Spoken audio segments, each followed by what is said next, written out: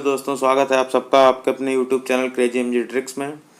पिछले वीडियो में हमने भारतीय राष्ट्रीय कांग्रेस और उससे संबंधित कुछ प्रश्नों को हल किया था और भारत का स्वतंत्रता संघर्ष ये चैप्टर हम लोग पढ़ रहे थे, जिसमें हमने 50 प्रश्न, जो 50 महत्वपूर्ण प्रश्न हैं उनको देख लिया था। आज हम लोग इससे आगे बढ़ेंगे और देखते हैं 51वां प्रश्न। तो ये है भारतीय राष्ट्रीय कांग्रेस का एकमात्र अधिवेशन जिसकी अध्यक्षता महात्मा गांधी ने की थी। तो इसमें जो ऑप्शन है इलाहाबाद अधिवेशन, गया अधिवेशन, बेलगांव अधिवेशन और कराची अधिवेशन। ये प्रश्न RO में पूछा गया है। इसका जो सही जवाब हो जाएगा बेलगांव अधिवेशन 1924। ये बेलगांव अधिवेशन 1924 एकमात्र ऐसा अधिवेशन हुआ जिसकी अध्यक्षता महात्मा गांधी जी ने की थी। बेलगांव कहाँ है? कर्नाटक में है। तो ये भी हमें पता होना चाहिए। आगे बढ़ते हैं। अगला प्रश्न है, निम्नलिखित में से किस अधिवेशन में कांग्रेस ने पहली बार भारतीय रियासतों के प्रति अपनी नीति घोषित की थी? ये भी प्रश्न यूपी PCS में पूछा गया है। इसका जो सही जवाब हो जाएगा नागपुर अधिवेशन में। नागपुर अधिवेशन में ही कांग्रेस ने पहली बार भारतीय रियासतों के प्रति अपनी नीति घोषित की थी। अगला प्रश्न है, नीचे उन व्यक्तियों की सूची दी गई है जो भारतीय राष्ट्रीय कांग्रेस के अध्यक्ष हुए। तथ्यानुसार उन्हें क्रमबद्ध कीजिए और नीचे दिए गए कूट का उपयोग करके अपना उत्तर दीजिए। तो यहाँ पर व्यक्ति दिए हुए हैं, आपको बताना है कि उन्होंने किस वर्ष कांग्रेस के अधिवेशन की अध्यक्षता की थी। तो महात्मा गांधी जी ने 1924 के बेलगांव अधिवेशन की अध्यक्षता की थी, अभी हम लोगों ने पढ़ा। जवाहरलाल नेहरू ने 1929 के लाहौर अधिवेशन की अध्यक्षता की थी। वल्लभ भाई पटेल ने 1931 के कराची अधिवेशन की अध्यक्षता की थी और श्रीमती सरोजिनी नायडू ने 1925 में कानपुर अधिवेशन की अध्यक्षता की थी।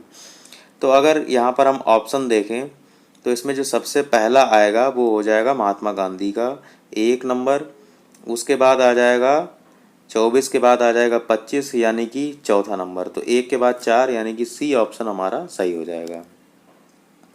अगला प्रश्न, निम्नलिखित के कथनों पर विचार कीजिए। पहला, भारतीय राष्ट्रीय कांग्रेस का प्रथम अधिवेशन कलकत्ता में हुआ था। और दूसरा, भारतीय राष्ट्रीय कांग्रेस का दूसरा अधिवेशन दादा भाई नौरोजी की अध्यक्षता में हुआ था। और जो तीसरा कथन है, भारतीय राष्ट्रीय कांग्रेस तथा मुस्लिम लीग दोनों में लखनऊ में 1916 में एक समझौता हुआ था जिसे लखनऊ समझौता कहा जाता है। तो इन तीनों में कौन से कथन सही हैं हमें ये बताना है। तो भारतीय राष्ट्रीय कांग्रेस का जो प्रथम अधिवेशन कलकत्ता में हुआ था ये गलत हो जाएगा, क्योंकि पहला अधिवेशन बम्बई में हुआ था। दूसरा, दादा भाई नौरोजी ने दूसरे अधिवेशन की अध्यक्षता की थी, ये बिल्कुल सही है। और 1916 में कांग्रेस और मुस्लिम लीग के बीच समझौता हुआ था, तो ये भी कथन हमारा सही है। तो इसका मतलब हमारा जो C ऑप्शन है 2 और 3 ये कथन सही है, जबकि पहला कथन गलत है। ये प्रश्न भी IAS में पूछा गया था। अगला प्रश्न है, जनगण मन पहली बार किस अवसर पर गाया गया? तो भारतीय राष्ट्रीय कांग्रेस का अधिवेशन 1911, इस अवसर पर पहली बार जनगण मन गाया गया था और इसकी अध्यक्षता बिशन नारायण धर ने की थी। बिशन नारायण धर ने की थी। अगर आपसे पूछा जाए पहली बार राष्ट्रीय गीत यानी कि वंदे मातरम कब गाया गया, तब इसका जो सही जवाब हो जाएगा 1896 में। और ये दोनों अधिवेशन कलकत्ता में ही हुए थे। जो 1911 का अधिवेशन है ये भी कलकत्ता में हुआ था और 1896 का ये भी कलकत्ता में हुआ था, जिसमें वंदे मातरम गाया गया था। और जो कलकत्ता में अधिवेशन हुआ था 1896 में, इसकी अध्यक्षता रहीमतुल्लाह सयानी ने की थी। किसने की थी? रहीमतुल्लाह सयानी। तो ये भी हमें याद रखना है। तो 2 प्रश्न हमने देख लिए कि वंदे मातरम कब गाया गया है, तो 1896 के कलकत्ता अधिवेशन में। और जनगण मन कब गाया गया है, तो 1911 के कलकत्ता अधिवेशन में पहली बार। तो आगे देखते हैं अगला प्रश्न। अगला प्रश्न है कि इसमें जो सूची दी हुई है उनको सही से मिलान करना है। यहाँ पर कांग्रेस के अध्यक्ष दिए हुए हैं और यहाँ पर दिया हुआ है अधिवेशन का स्थान। तो सरोजिनी नायडू अगर हमें देखते हैं, सरोजिनी नायडू कानपुर अधिवेशन 1925 की अध्यक्षता इन्होंने की थी। सुभाष चंद्र बोस जी ने हरिपुरा अधिवेशन 1939 में अध्यक्षता की थी। और डॉक्टर M.A. अंसारी इन्होंने मद्रास अधिवेशन की अध्यक्षता की थी। और पुरुषोत्तम दास टंडन जी ने नासिक अधिवेशन की अध्यक्षता की थी। तो अगर इसमें हमें एक भी पता होता, यानी कि सी का दूसरा केवल एक ही ऑप्शन में है, तब भी हम गेस कर लेते हैं कि हमारा कौन सा विकल्प सही है। तो इसका जो सी विकल्प है वो सही हो जाएगा। ये प्रश्न भी यूपीपीसीएस में पूछा गया था। अगला प्रश्न, भारतीय राष्ट्रीय कांग्रेस के बारे में निम्नलिखित कथनों पर विचार कीजिए। सरोजिनी नायडू कांग्रेस की अध्यक्ष होने वाली पहली महिला थीं, तो ये बिल्कुल गलत हो जाएगा, क्योंकि एनी बेसेंट थी पहली महिला जो कांग्रेस की अध्यक्ष चुनी गई थी। दूसरा, चित्तरंजन दास ने जब कांग्रेस अध्यक्ष के रूप में कार्य किया तब वो जेल में थे, ये बात सही है। और ए.ओ. ह्यूम यानी कि एलन ऑक्टेवियन ह्यूम प्रथम ब्रिटिश नागरिक थे जो कांग्रेस के अध्यक्ष बने। तो कांग्रेस के अध्यक्ष नहीं बने थे ये, पहले कांग्रेस के अध्यक्ष ए.ओ. ह्यूम थे, वो डब्ल्यू.सी. बनर्जी थे, तो ये भी आपको पता होना चाहिए। तो ये महासचिव थे, ना कि अध्यक्ष। तो ये वाला कथन भी हमारा गलत हो जाएगा। और अल्फ्रेड वेब 1894 में कांग्रेस के अध्यक्ष थे, और इनमें से कौन सा कथन सही है?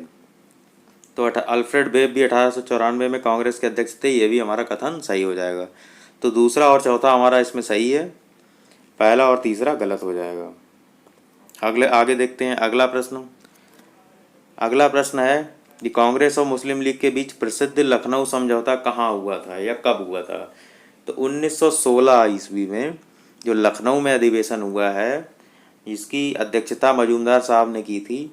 इसी में कांग्रेस और मुस्लिम लीग के बीच समझौता हुआ था। तो ये 1916 ये सही विकल्प हो जाएगा। अगला प्रश्न, 1916 में भारतीय राष्ट्रीय कांग्रेस में लखनऊ अधिवेशन की अध्यक्षता किसने की? तो अभी हमने बताया कि A.C. मजूमदार, इन्होंने अधिवेशन की अध्यक्षता की थी। अगला प्रश्न, दिसंबर 1916 में इंडियन नेशनल कांग्रेस तथा इंडियन मुस्लिम लीग ने एक ही समय पर अपने अधिवेशन कहाँ आयोजित किए थे? तो 1916 में लखनऊ अधिवेशन, याद रखना है आपको। इसमें कांग्रेस और लीग के बीच समझौता हुआ था। इसके अलावा गरम दल और नरम दल जो कि 1907 में अलग हो गए थे सूरत अधिवेशन में, वो पुनः एक हो गए थे। तो ये भी हमें पता होना चाहिए। अगला प्रश्न, ब्रिटिश शासन के दौरान बिहार को एक अलग प्रांत का दर्जा किस वर्ष प्राप्त हुआ? ये भी बीपीएससी में पूछा गया है।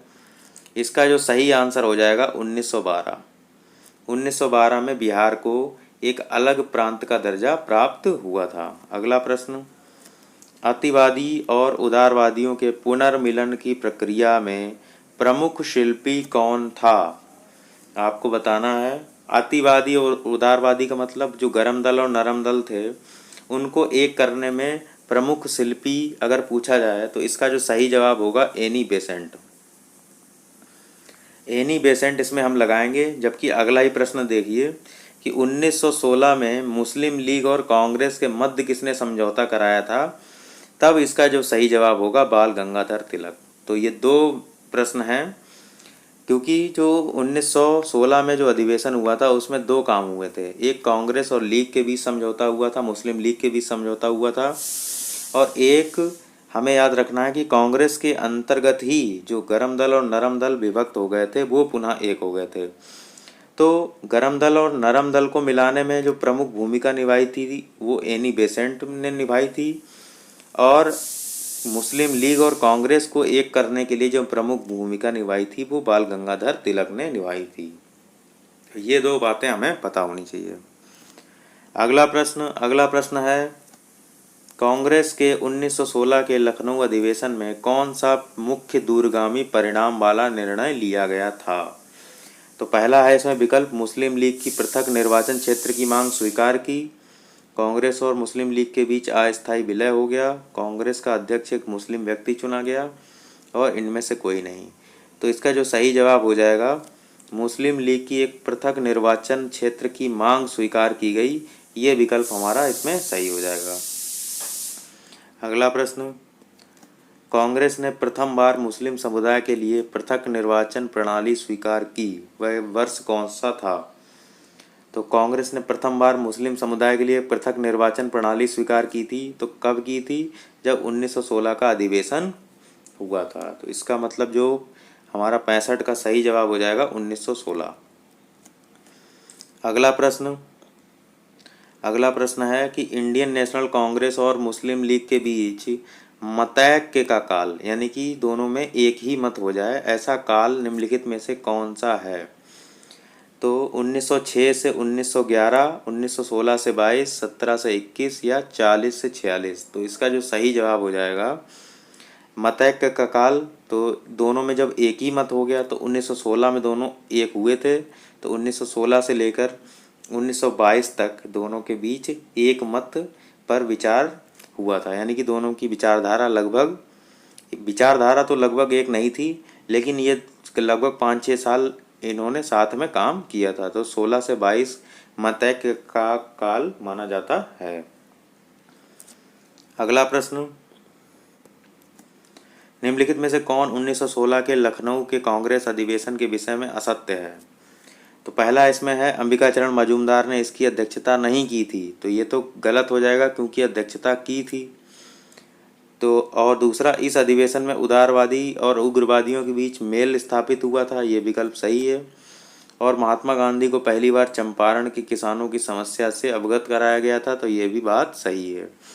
लेकिन हमसे इसमें असत्य पूछा था, तो पहला प्रश्न इसमें असत्य है, यानी कि अंबिकाचरण मजूमदार ने इसकी अध्यक्षता की थी, जबकि यहाँ पर दिया हुआ था नहीं की थी। तो हमारा ए ऑप्शन सही हो जाएगा। अगला प्रश्न, निम्नलिखित भारतीय राष्ट्रीय कांग्रेस के किस अधिवेशन में महात्मा गांधी को चंपारण में किसानों की समस्याओं से अवगत कराया गया था? तो अभी हम लोगों ने ये देखा था प्रश्न, तो कब कराया गया था? तो लखनऊ अधिवेशन 1916।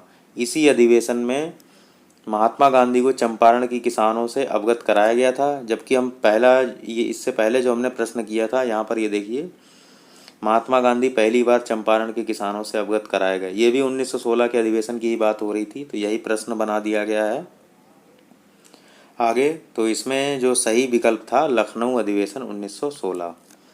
अगला प्रश्न, निम्नलिखित में से किसने 1904 से लगातार भारत को स्वशासन देने पर बल दिया था? तो इसमें जो ऑप्शन है एस.एन. बनर्जी, अरविंद घोष, फिरोज शाह मेहता और दादा भाई नौरोजी। इसका जो सही जवाब हो जाएगा, किसने 1904 से लगातार स्वशासन पर बल दिया था? तो दादा भाई नौरोजी। दादा भाई नौरोजी ने ही लगातार स्वशासन पर बल दिया था, और इनको स्वशासन का पिता भी कहा जाता है भारत में। अगला प्रश्न, इनमें से कौन एक उग्र राष्ट्रवाद के उल्लेखनीय नेताओं में नहीं था? तो कांग्रेस में दो धड़े थे, एक उग्र राष्ट्रवाद या उग्रवादी जिनको कहा जाता था, और एक नरमपंथी या उदारवादी जिनको कहा जाता था। तो उग्र में कौन कौन थे? लोकमान्य तिलक थे, बिपिन चंद्र पाल थे, लाला लाजपत राय थे। तो ये सभी उग्रवादी नेता थे, जिनको लाल बाल और पाल भी कहा जाता है, जबकि गोपाल कृष्ण गोखले जो हैं वो उदारवादी नेता थे। तो हमसे यही पूछा था कि कौन उग्र राष्ट्रवाद में नहीं था, तो इसका मतलब हमसे उदारवाद का पूछा गया था, तो उदारवाद में गोपाल कृष्ण गोखले इसमें सही ऑप्शन हो जाएगा। अगला प्रश्न, अधिकतर नरमपंथी नेता थे, तो अधिकतर नरमपंथी जो नेता थे वो शहरी क्षेत्रों से थे, पढ़े लिखे थे, ये हमें पता होना चाहिए। जैसे अगर इसमें नरमपंथियों की बात की जाए तो गोपाल कृष्ण गोखले हो गए, है ना, महात्मा गांधी हो गए, या दादा भाई नौरोजी हो गए, ये सभी फिरोज शाह मेहता, बदरुद्दीन तैयब, दादा भाई नौरोजी, ये सब शहरी क्षेत्रों से और पढ़े लिखे व्यक्ति थे। तो इसलिए जो नरमपंथी जो नेता थे वो शहरी क्षेत्रों से थे, और ये उच्च शिक्षित वर्ग था जो उदारवादी नेता थे। जो कांग्रेस में जो प्रथम उदारवादी चरण, जिसको 1885 से 1905 तक का चरण माना जाता है, इसमें उदारवादी नेताओं का ही प्रभाव रहा था, जिसमें आपको 4 नाम याद रखने हैं: फिरोज शाह मेहता, बदरुद्दीन तैयब, दादा भाई नौरोजी और गोपाल कृष्ण गोखले। अगर आपसे उग्रवादी पूछा जाए तो इसमें 4 नाम लाल बाल पाल और चौथा अरविंद घोष। अगला प्रश्न, कांग्रेस के नरम दल के नेताओं के आंदोलन की पद्धति क्या थी? तो इसका जो सही विकल्प होगा राजा वामबद्ध आंदोलन, ये इसका सही विकल्प हो जाएगा। तो कांग्रेस के जो नरम दल वाले जो नेता थे वो ब्रिटिश शासन में ही रह करके उनसे अपनी बातें मनवाना एक शांतिपूर्ण तरीके से, उसमें विश्वास रखते थे। जबकि जो उग्रवादी नेता थे वो आंदोलन के साथ, एक उग्र आंदोलन के साथ अपनी बात मनवाना चाहते थे और पूर्ण स्वराज के लिए इन्होंने प्रयास भी किया था। तो दोनों का लक्ष्य एक ही था, बस कार्य करने के तरीके अलग अलग थे। अगला प्रश्न, निम्नलिखित में से किस आंदोलन के कारण भारतीय राष्ट्रीय कांग्रेस का विभाजन हुआ, जिसके परिणाम स्वरूप नरम दल और गरम दल का उद्भव हुआ? तो इसका जो सही जवाब हो जाएगा, किसके फलस्वरूप विभाजन हुआ था? तो स्वदेशी आंदोलन। स्वदेशी आंदोलन के कारण ही कांग्रेस में नरम दल और गरम दल का प्रभाव अलग अलग दिखाई देने लगा था। स्वदेशी आंदोलन, इसमें जो जो नरमपंथी नेता थे वो स्वदेशी आंदोलन को बंगाल तक ही सीमित रखना चाहते थे, जबकि जो उग्रवादी नेता थे वो स्वदेशी आंदोलन को बंगाल के अलावा देश के विभिन्न हिस्सों तक पहुंचाना चाहते थे।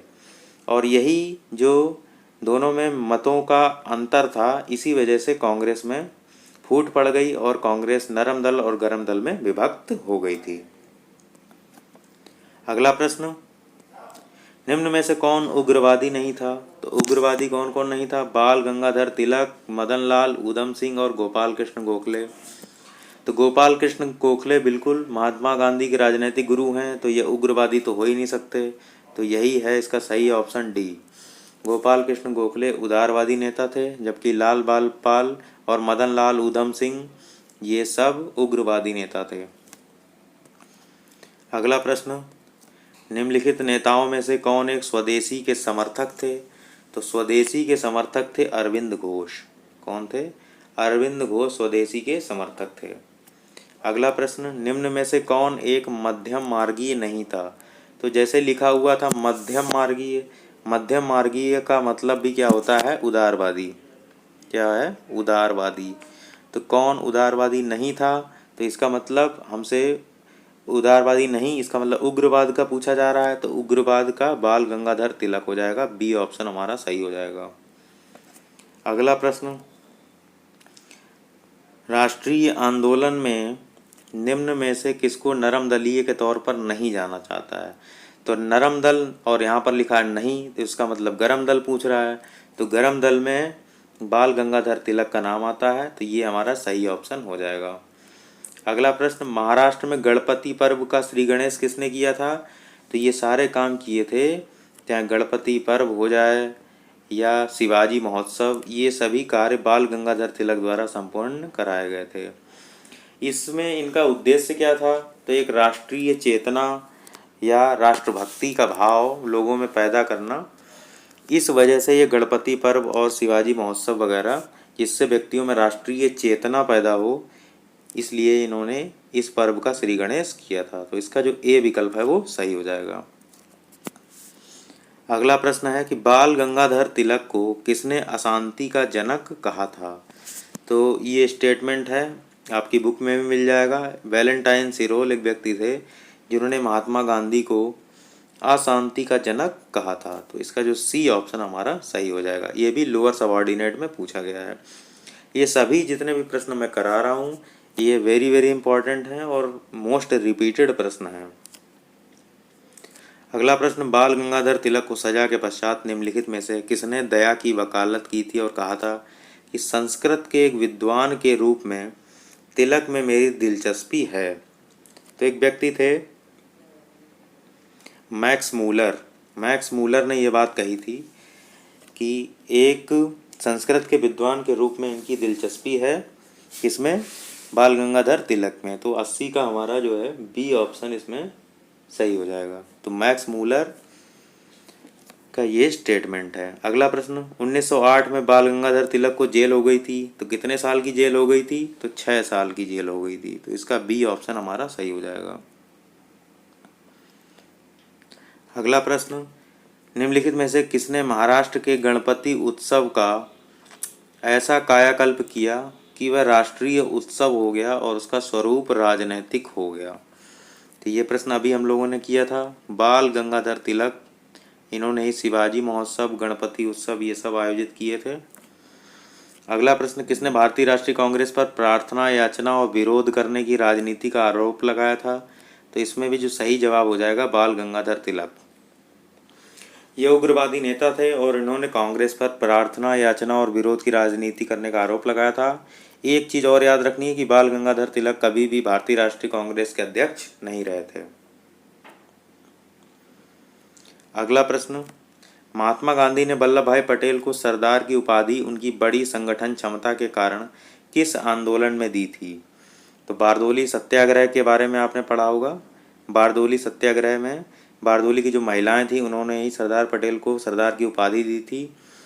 तो यहाँ पर महात्मा गांधी ने महिलाओं के बिहाफ में पटेल को सरदार की उपाधि दी थी, तो इसलिए बारदोली सत्याग्रह का नाम आता है। तो इसका बी ऑप्शन सही हो जाएगा। अगला प्रश्न है, निम्नलिखित में से कौन सा नेता कांग्रेस के गरम दल से संबंधित था? तो गरम दल में याद रखेंगे हमेशा अरविंद घोष। 4 नाम मैंने आपको बताए थे गरम दल में, लाल बाल पाल और अरविंद घोष, यानी कि लाला लाजपत राय, बिपिन चंद्र पाल और बाल गंगाधर तिलक और अरविंद घोष। ये 4 नेता जो हैं वो गरम दल से संबंधित थे। तो इसका ए ऑप्शन सही हो जाएगा। अगला प्रश्न, निम्नलिखित में से कौन उग्रवादी राष्ट्रवादी नेता नहीं था? तो उग्र नहीं था, तो इसका मतलब क्या रहा होगा? नरम दल वाला रहा होगा। तो नरम दल में कौन कौन थे? गोपाल कृष्ण गोखले। ये प्रश्न इससे पहले भी आ चुका है, तो गोपाल कृष्ण गोखले इसका सही जवाब हो जाएगा। अगला प्रश्न, भारतीय राष्ट्रीय आंदोलन में गरम पंथियों के प्रभावाधीन आया। क्या है? भारतीय राष्ट्रीय आंदोलन गरम पंथियों के प्रभाव में कब आया? तो गरम पंथियों के प्रभाव में कब आया है? तो जब नरम पंथियों का अस्तित्व खत्म हुआ, अस्तित्व कम हो गया, ऐसे समझते हैं। तो 1906 के बाद। इसका जो सही जवाब हो जाएगा 1906, यानी कि 87 का इसमें ए विकल्प हमारा सही हो जाएगा। 87 का ए विकल्प इसमें सही हो जाएगा। तो 1906 के बाद, तो 1906 में मुस्लिम लीग बनी है, तो उसी के बाद से ही गरम पंथियों का प्रभाव आ जाएगा। और जैसे ही इनका प्रभाव आएगा गरम पंथियों का, तो 1907 में कांग्रेस की फूट पड़ जाएगी और कांग्रेस गरम दल और नरम दल में विभाजित हो जाएगी। अगला प्रश्न, निम्नलिखित में से कौन भारतीय राष्ट्रीय कांग्रेस के उदारवादियों में से नहीं जुड़ा है?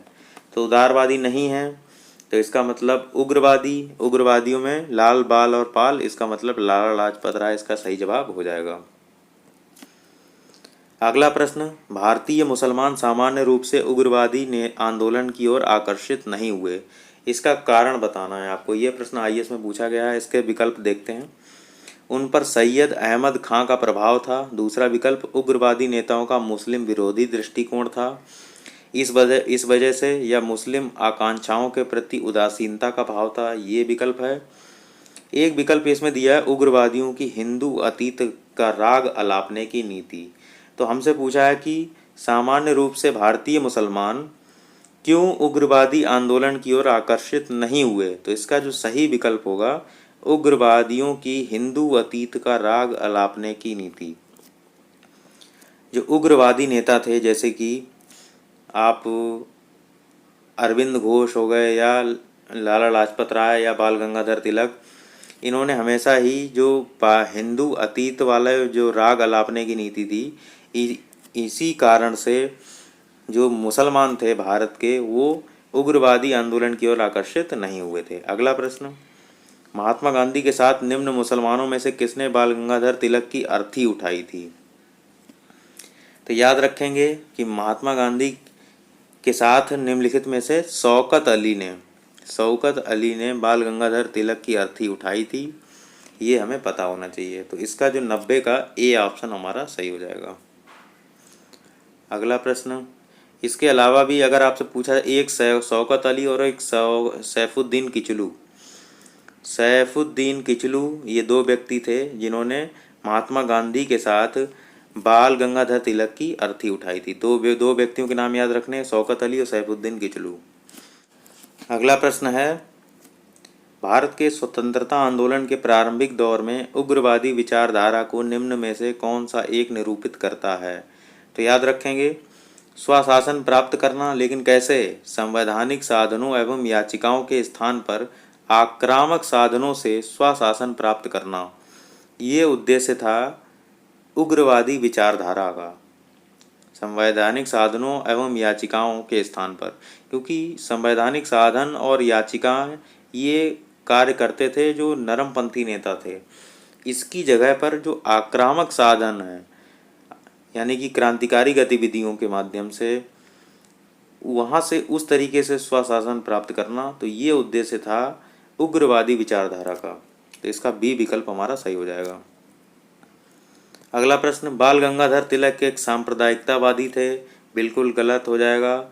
उन्होंने धर्म का राजनैतिक अस्त्र के रूप में प्रयोग किया, तो ये बात बिल्कुल सही है। तो इसका मतलब ए गलत है और आर सही है। ए गलत है, आर सही है, यानी कि डी विकल्प हमारा सही हो जाएगा। अगला प्रश्न, निम्न में से किस एक को लाला लाजपत राय ने अपना राजनैतिक गुरु माना था? तो याद रखेंगे मैजिनी का नाम आएगा। मैजिनी को ही लाला लाजपत राय का राजनीतिक गुरु माना जाता है। तो 93 का डी हो जाएगा। अगला प्रश्न, शेर पंजाब के नाम से कौन मशहूर है? तो लाला लाजपत राय, ये पंजाब के थे। बाल गंगाधर तिलक मुंबई के थे। तो लाला लाजपत राय को ही शेर पंजाब कहा जाता है, या पंजाब केसरी भी कहा जाता है। अगला प्रश्न है कि भारतीय राष्ट्रीय कांग्रेस को किसने भीख मांगने वाली संस्था कहा था? तो बाल गंगाधर तिलक ने कहा था। ये प्रश्न कई बार हो चुका है, रिपीट हो चुका है। भीख मांगने वाली, याचना करने वाली संस्था, ये सभी बातें कही थी बाल गंगाधर तिलक ने। अगला प्रश्न, भारतीय स्वतंत्रता के संदर्भ में 16 अक्टूबर 1905 निम्नलिखित में से किस कारणों के लिए प्रसिद्ध है? तो 16 अक्टूबर 1905 को बंगाल का विभाजन प्रभावी हुआ था। याद रखेंगे, 16 अक्टूबर 1905 को बंगाल का विभाजन प्रभावी हुआ था। तो ये डेट आपको पता होना चाहिए, 16 अक्टूबर। अगला प्रश्न है कि बंग भंग विरोधी आंदोलन का प्रारंभ किस तिथि से हुआ? तो बंग भंग विरोधी आंदोलन का प्रारंभ 7 अगस्त 1905 को हुआ है। तो 7 अगस्त 1905 इसमें लगाएंगे हम लोग, जिसमें बंग भंग विरोधी आंदोलन के नाम से जाना जाता है। अगला प्रश्न, निम्नलिखित में से सबसे बाद में क्या हुआ? तो हड़प नीति, स्थायी बंदोबस्त, बंगाल का विभाजन, सहायक संधि। तो बंगाल का विभाजन सबसे बाद में हुआ है, ये 1905 में हुआ है। ये तिथियां पहले की ही हैं। हड़प नीति लॉर्ड डलहौजी संबंधित है, स्थायी बंदोबस्त कॉर्नवालिस से संबंधित है, सहायक संधि बेलेजली से संबंधित है। तो ये सब गवर्नर जनरल पहले ही आ गए थे। बंगाल का विभाजन करजन के समय हुआ है, तो ये 1905 में सबसे लास्ट में हुआ है। अगला प्रश्न, निम्नलिखित में वर्गों में से कौन 1905 के स्वदेशी आंदोलन से मुख्यतः अप्रभावित रहा?